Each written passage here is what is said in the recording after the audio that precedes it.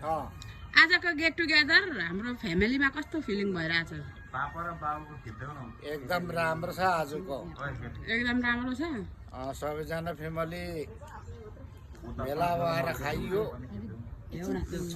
भेट भयो, राम्रो छ आज। अनि आज के थियो खानेकुरामा? खानेकुराहरू त अब चिकन फ्राई भयो, अनि वाचिपा भयो, मोमो, वाचिपा, त्यहाँदेखि लिएर अनि बार्बिक्यू, सुँगुरको। What is your best food, Papa?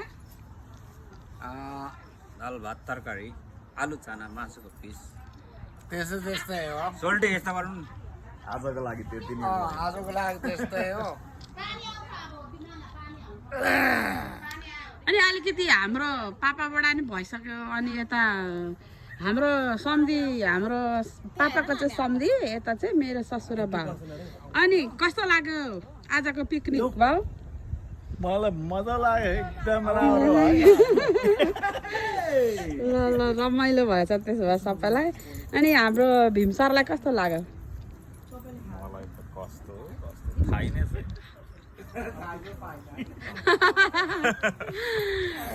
ल रमाइलो छ एकदमै आजको पिकनिक चाहिँ।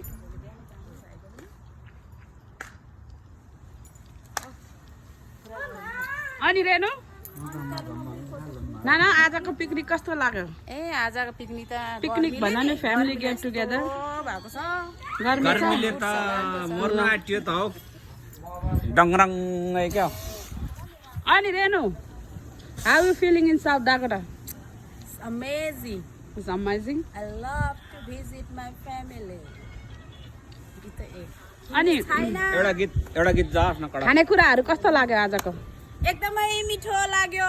Yummy yummy food. Thank you for एउटा गीत गाउनु त। Serving me delicious. साउथ डाकोटाको सबै फ्यामिलीलाई थ्याङ्क यू सो मच। हाँसेर जिउनु पर्छ मान्छे भनेको होइन।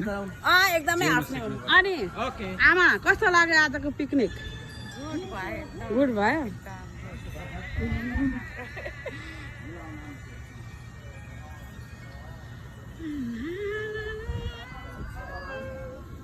हामी चाहिँ आज होममा घरमा आफ्नै घरमा बेलुकाको picnic, family get together picnic भन्दा पनि। यता चाहिँ